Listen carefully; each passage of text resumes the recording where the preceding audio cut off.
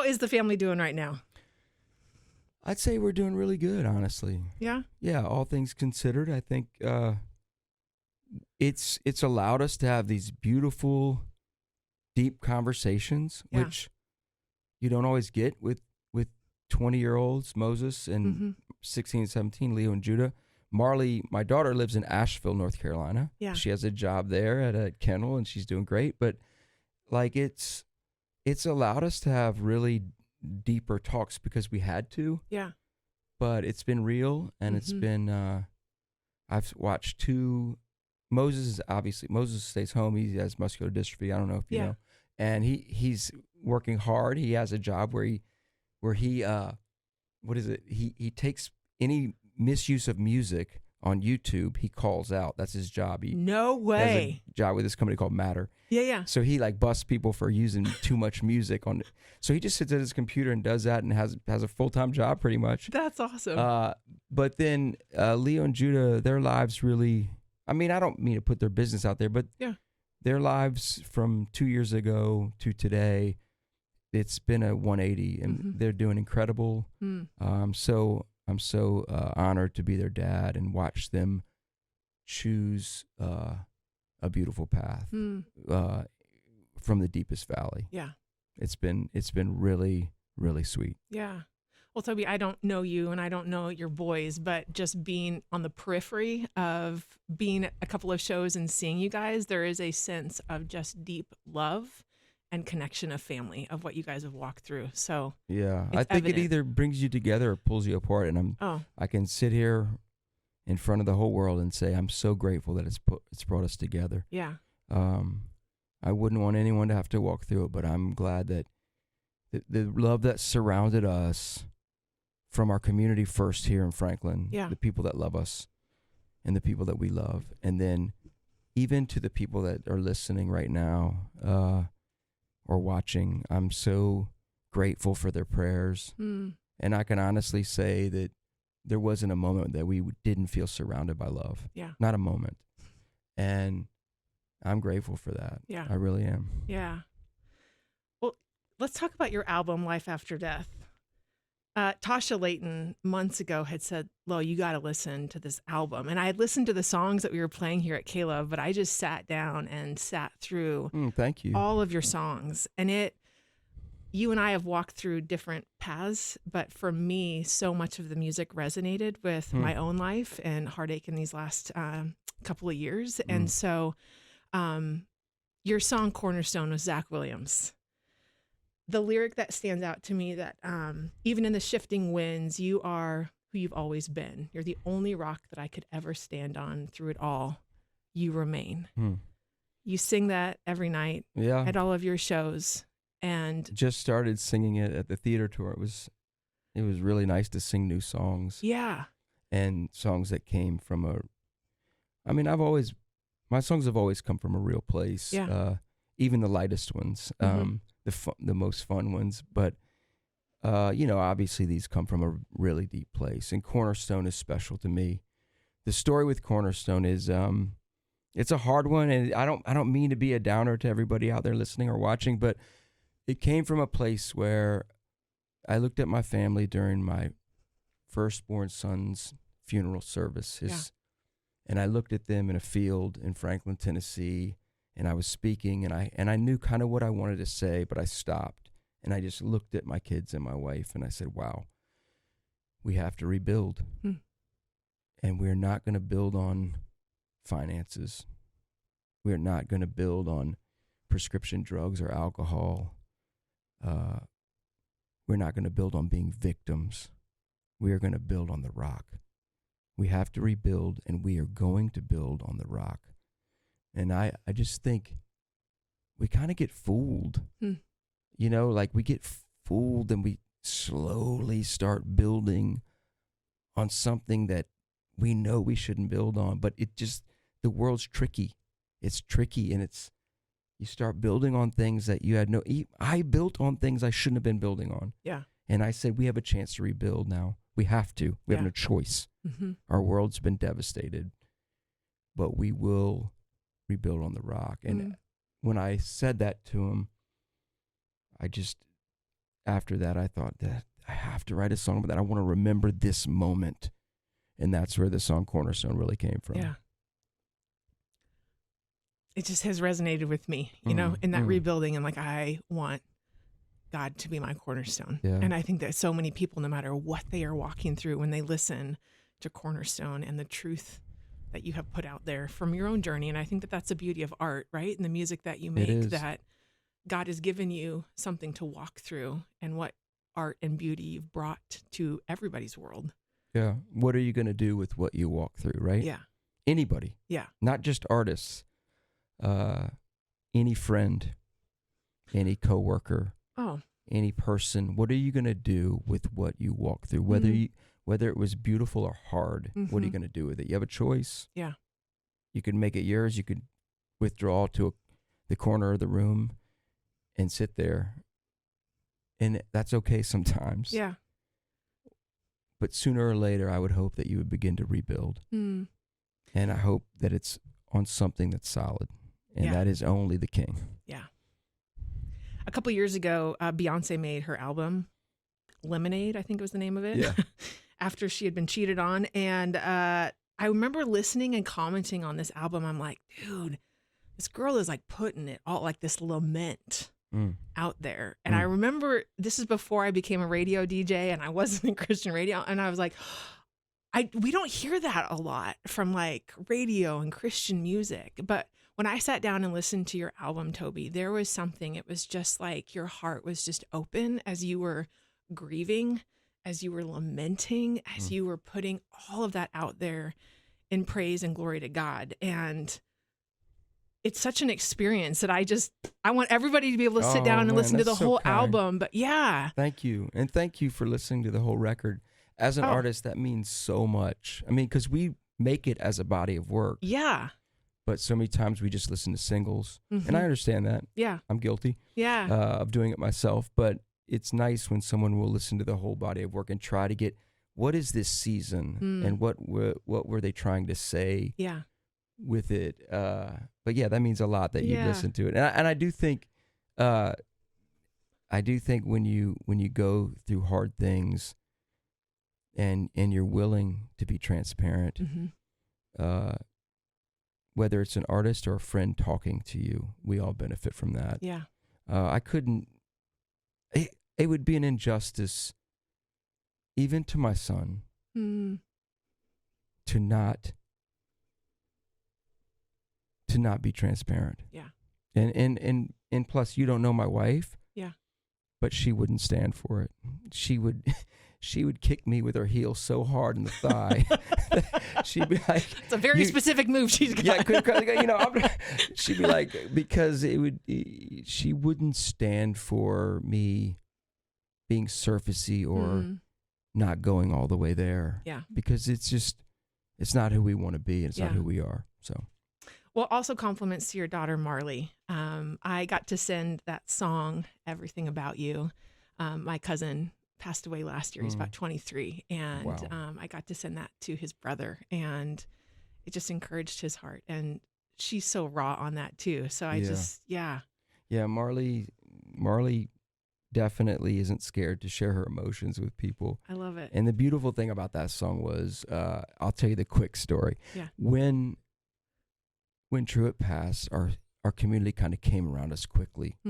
Like when I got home from Canada, I was in Canada, and I had to endure this flight and we were way in Canada too, like where were we? I don't even remember, like West Canada. So like I had to take this flight from there home, knowing that my son was gone. I mean, it was just like, and knowing that my family was sitting there. Yeah. And I walked in the door, our house was full of people that just love us.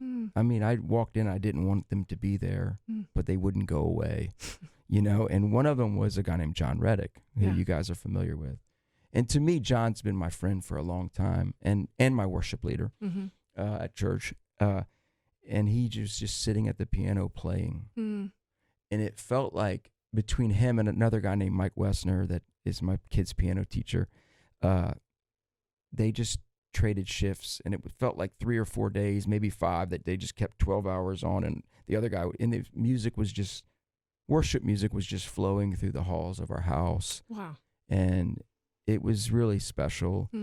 So when I started to, a few weeks later, I was like, how can I help my daughter? Like, how can my kids really deal with this? Like how can I walk them through this loss and this grief and this?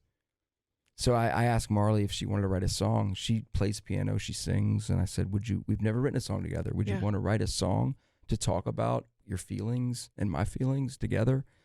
So she said yes. And John came over and wrote it with us. And I was so amazed at how well she did. Like, I was like, and some of the lines she said, I was like, that's way too like every day for a song this grand. Like when she said, and I'm left driving your old car. And I'm like, and then when I just pulled away a little bit, I'm like, that's not too grand at all. That's precisely what she feels. Yeah. You know, like, and I started to embrace some of the lyrics that she was saying. At first I was like, no, this has to be a little more like formal, I guess, you know, because it's such a tender subject, such a tender topic, and our feelings, we have to be respectful. But then when I started getting her grittier lines or everyday lines, I'm like, that's what she feels. She feels it in the everyday. And so it was our first time writing a song together, and I was so proud of her, the way she sang it and the way she did it. That's beautiful. It's beautiful. And the whole album, I'm looking forward to hearing it also on the Hits Deep Tour. 2023. Yes. Okay, I got it. And what a lineup too, man. Tasha's coming. Yes. John Reddick. Cochran. Of course, Cochran, David Crowder. I mean, it's really a great lineup. And Terrian, who's amazing and has been my on my stage right for. No, Gabe's on my right. Terrian's on my left. In the audience. She's amazing. Like, I don't know how well you know her or if you know anything about her, but I mean, to me, she's just my sister. Like, you know, and I'm so proud of how bold and grand she is on stage with me. But aside of me, she's amazing. But Crowder is amazing. Tasha, John Reddick. I mean, Cochran and come. It's just a great lineup. Okay. We're excited. I'm excited about it. What's the moment of the show that it's just going to blow the top off? Like, that's like the beat's going to drop and it's going to go boom. Well, when Crowder walks out on my stage, it's bananas. I mean, they love him. I toured. I did Hits Deep with him last year, so we did a 2-year deal where we played West and East. And on West run, they just love him. I'm like, this dude comes out with his long beard, his skinny butt, and he just starts killing it, man. Am I allowed to say that? Yes. I have to tell you, at the Doves party, he walked past and I was like, Crowder, I've never met the guy like personally, but I just yelled at him. I was like, Crowder, I love that jacket. He was wearing this really sweet looking jacket. I remember it, yeah. And he goes, oh, yeah. And I'm like, Julia Roberts just wore that same jacket this week. And then I was like, I'm an idiot. And he goes, oh, I just wear whatever my wife tells me. He just rolled with it. And I'm like, that's funny, because his wife said to me at the Doves, no one knows this. Yeah. She's like, oh, I'm so glad. I said, what? She goes, you look great. I said, oh, thanks. I mean, whatever. Like, and she's like, David said if there's an outside chance no one else will be wearing this, but Toby could be wearing the same jacket. Goes, I would have given you the same compliment. I mean, there was a his and hers version of the Gucci jacket, you know? Well, I'm looking forward to that whole show. Yeah, and it's really fun, and we've kind of dialed in Hits Deep. Of course, KLOVE is partners with us. We're so grateful. But the way we've figured out how to do the A-B stage so the night just keeps moving. It's not a bunch of ads. It's just music all night. It's what people want to experience when they come to a concert. I know. A concert. Done. Like music. And you've done a concert for so long, like the show, everything. There's just a sense of joy. And I remember that at Red Rocks and your performance at the Doves.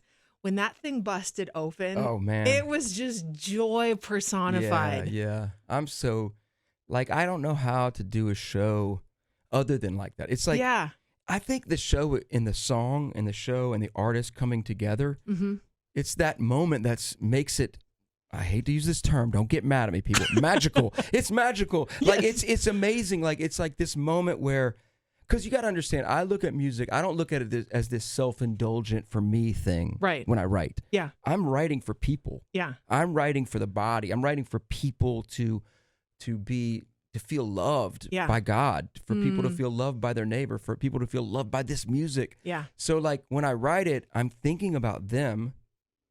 So when you write this song and you're thinking about them and you get it finished, and then you send it out to them via streaming or by KLOVE, right?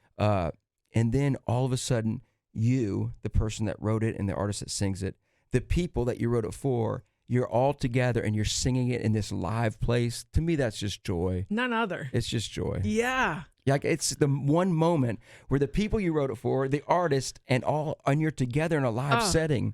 It's just crazy. wanted to know why you didn't call me so I could be part of that happy, joyful chorus behind you. I was watching those ladies. I'm like, I could keep up with them. I could do that. Next time. They didn't tell me you were all that. You guys know. Front row center. I would. Yep. Okay. Don't put me on any sort of choir. I can't sing, but I can dance. Well, you can. I can groove. You just lip sync. Well, Torrin taught me the fake it dance. Oh, he did? Yeah, I can do it. I got a groove. Lauree, stop laughing. Okay. I wouldn't want to mess with that fake it dance, man. Oh, yeah, for sure. Okay, speaking of joy, how much joy do you feel when you beat your sons at cornhole? That's like a walk in the park. Really? Oh, fighting words right there. They would be so mad at me right now. We do play a lot. We play basketball. Yeah. We play cornhole. Both my 16, 17-year-old play golf. Yeah. So we do that. But cornhole, it's just hours put in on tour. It's just hours. It's they say how many hours it takes for you to be an expert at something. 10,000. That's right. I've definitely done 10,000 at cornhole. I don't know if I should be embarrassed by that. No, not at all. Toby, I started a cornhole business. Really? To avoid asking a guy out on a date. What in the world? I thought, okay, I can't be so bold to ask him out on a date. And he was from Indiana. I lived in Oregon. I'm like, middle of America. He probably knows what cornhole is. And so I had this project and I was like, hey, do you want to come and help me with this project? Okay. And my sisters, I've got 3 sisters, and they're like, do not dominate him in the shop. Like, let him lead. I'm like, okay. Got it. And so we went to Home Depot and he picked out the wood and I'm like, I think you're forgetting something, but I didn't say anything. I just let him lead. So you were going to build cornhole boards? Yeah. So he was going to help me. So I had the plans and everything, and he was cutting out the hole and he put too much pressure on the jigsaw and I could see it, but I remembered my sisters and they were like, Lauree, just be like, and I'm like, He broke it, snapped it. So we go back to Home Depot and I'm like, this little project is now turning expensive. I'm not even sure if I like this guy, but he found this 6-inch hole saw. And he goes, this is what we need. This is going to cut the perfect hole. And I was like, what am I going to do with that $150 6-inch hole saw? This little project is just getting expensive. And he goes, I don't know. And I said, I could try to sell it on or Craigslist, or we're going into business. We started a cornhole business. No way. That. We started building them. I was like designing them. I was painting them. I was like working with like fabricators because we were getting so many orders. That's amazing. It was amazing. Yeah, it was called Ben Low Boards because his name was Ben and I was Low. And I had cup holders that I built behind it. I used premium wood, $400 a set. That's amazing. Yeah. So not anymore though. It's done. Yeah, no, it was terrible. I like the scale. We couldn't scale it. I was like, listen. And we also played in a tournament. Have you ever played in I have played in tournaments. Okay, do you know about the double-sided cornhole? Yeah, of course. I did not. I only had canvas bags. 1 slides and 1 sticks. That blew my mind, and I showed up at that tournament not equipped to win. Okay, so the canvas side, now slides the chamois and the suede yes. kind of Oh, sticks. you're like next level. We do. I've played in a couple tournaments with B. Haley. Okay. He's really good. Yeah. But we do a big tournament every year, maybe 2, because we have so much fun on Hits Deep with all the artists, and we couple up people and try to make it fair. It's so fun. So it's. I love seeing that you play cornhole. I was like, oh, yeah. It's really fun. Well, you need to come to Nashville and play in our, cornhole tournament at backstage. You've heard it here first. I expect my invitation to be coming. Laurie's nodding. Okay. You make boards, but you didn't say whether or not you're good. I'm decent, but I get very distracted by people. Oh, yeah. Okay, I got you. So I was like, there's so many people competing. I know, and like, people walk past behind the board. I'm like, oh, yeah. They were so into it. I was like, oh, yeah. Okay, real quick. What are you looking forward to with Christmas, Toby? Holidays, Thanksgiving? What's the tradition that you're like? Thanksgiving is at my house. Okay. family comes in town. Okay. A lot of different family, and we Yeah. have, and then our local family that we have Okay. here.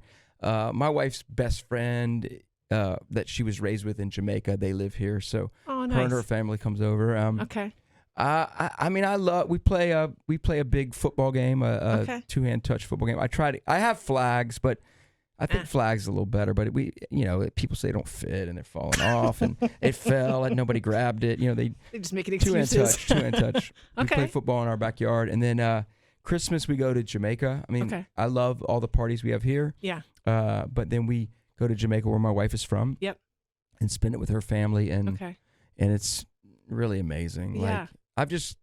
I love her family. I grew up kind of, in a sort of like a little bit more of a legalistic background in the church. And then when I met her family in Jamaica, it's just like, it just opened my eyes to walking with Jesus in a way that is a little more free. Yeah. And I really have learned that from her dad, who's definitely one of my heroes and a mentor to me. Yeah. So I like to spend time there.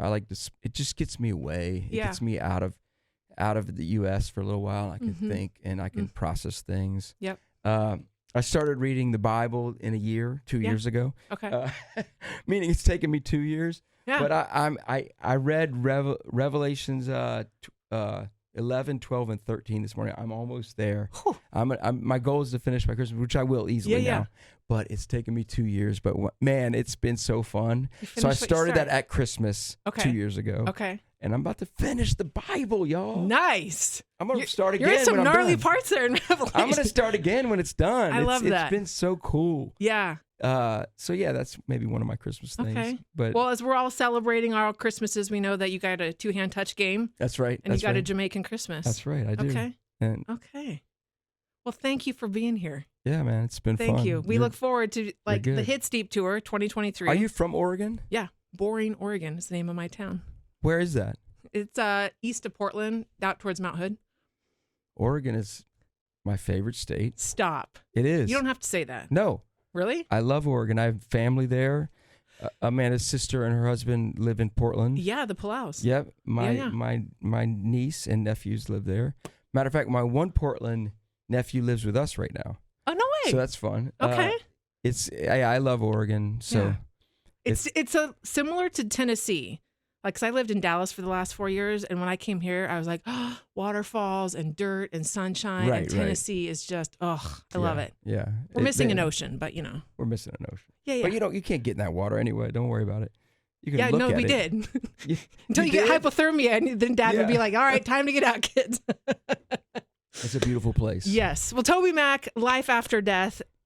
Man, listen to the entire album. It will not be a wasted time for you. And thank you for putting your heart and your wisdom and all that God has entrusted to you and giving that to us through your music. Thank you for your kind words and for listening. Yeah. TobyMac here at KLOVE.